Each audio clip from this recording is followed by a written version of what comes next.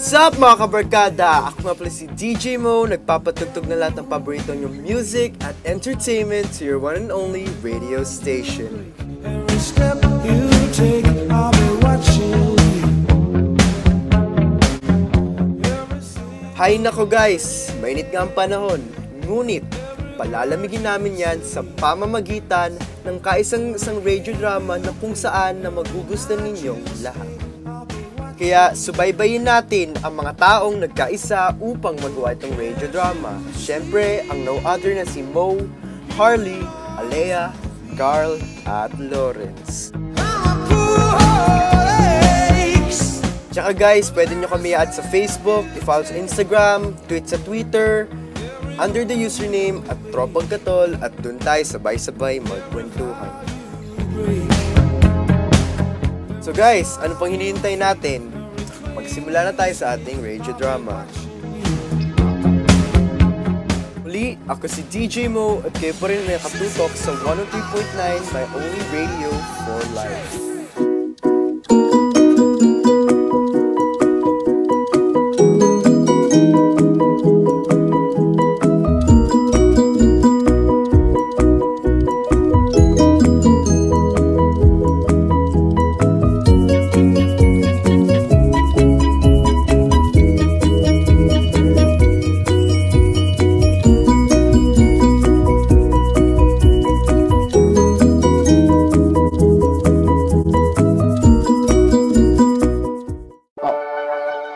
Ayan na siya. Ang maganda kong bride, naglalakad palapit sa altar. Ilang segundo, ikakasal na kami, lilipat kami sa isang magandang bahay, magkakaroon ng magandang buhay, at higit sa lahat, magkakaroon kami ng magagandang anak. Ha! Ayan na. Malapit na siya. Papogi nga ako. Ikaw, tanggap mo ba si Jen Di Masalanta bilang asawa? Opo, Father. At ikaw, payag ka ba na ang lalaki ng nasa harap mo ngayon ang makakasama mo sa hirap at ginhawa? Ano? Put! Ano ba yan? Hanggang sa panaginip lang kita makikita? At late pa ako. Naku, dadaan ko na lang to sa pagligo.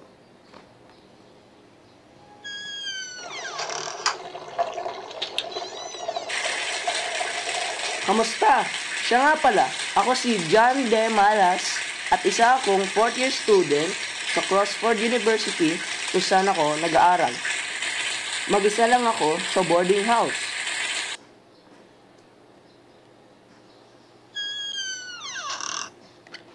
Ay, ang ganda ng araw ngayon para sakyan ang bago kong motorsiklo.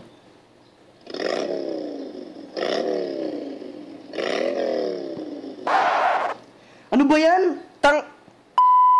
Kabago-bago pa naman ito. Huwag ka mag-alala. Pagbalik ko, maayos ka din. Mag-jeep na nga lang ako. Ano ba yan?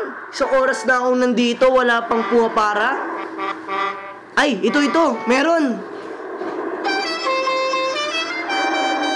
Ano ba namang klaseng jeep yan?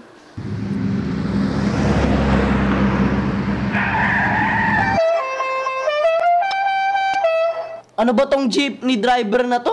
Wagas makaliko eh. Crossford University, o siya, magsibabaan na kayo. Kailangan ko na umuwi sa asawa ko.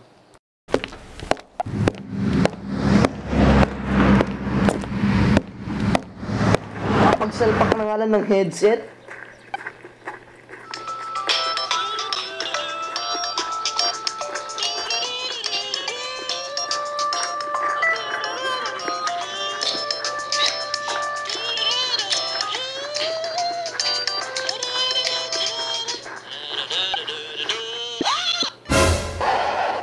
Ano ba yan? Madadapa pa? Uy, pre, nangyari sa'yo? Ewan ko, may nakita lang akong napakagandang langgam. Nililigawan ko sana. Sige, push mo yan, te. Peg na peg mo naman eh. Ano ba yan? Malilate na naman ako sa klase ni Mr. Cruz. At ako yun ang tinutukoy mo, bakit ka na naman date? Kasi ho, hala. Hep! Di ko napapakinggan. As usual, traffic ka na naman ulit. Mr. Cruz, ito nga pala ang aking assignment. Hindi ko to pwede tanggapin. Pagamat late mo to ipapasa sa akin. Sir, please, ang bababa ng grades ko dito. Sige. Subalit detention ng kapalit mo. Akin ang assignment. Pagod na ako. Magkaka-detention pa ako. Simula na ako maglinis sa library. Ang lampa talaga! Oh, hala! Ano nangyari sa'yo? Wala. Nabagsak lang yung libro. Okay ka lang? Oo, kanina pa ako minamalas eh. Friday the 13th kasi. Talaga? Di ko napansin. Grabing kamalasan naman. Hindi naman siguro. Siguro. Nga, andito ka eh. Ha? Wala. Sige. Sige, uwi na ako ah. Okay, sige. Ingat din. Do you hear me? I'm talking to you. Across the water, across the deep blue ocean, under the open sky. Oh my, baby, I'm trying. Boy, I hear you in my dreams. I feel you whisper across the sea. I keep you with me in my heart. You make it easier when life gets hard. Okay guys, so yun na nagwawakas sa ating radio drama. Lucky to have been. So kahit malas ang araw ni John, nagwa pa rin niya na tumuloy ang kanyang buhay at sa bandang huli ay naging lucky nga siya na nakausap niya si Crush. Lang sa akin guys, it's to never lose hope kahit malas ang araw mo. Yun lang guys, yun ang nagwawakas sa ating radio drama. Kayo pa rin nakatutok sa 103.9, my only radio for life. One more kiss, I'll wait for you. I promise you I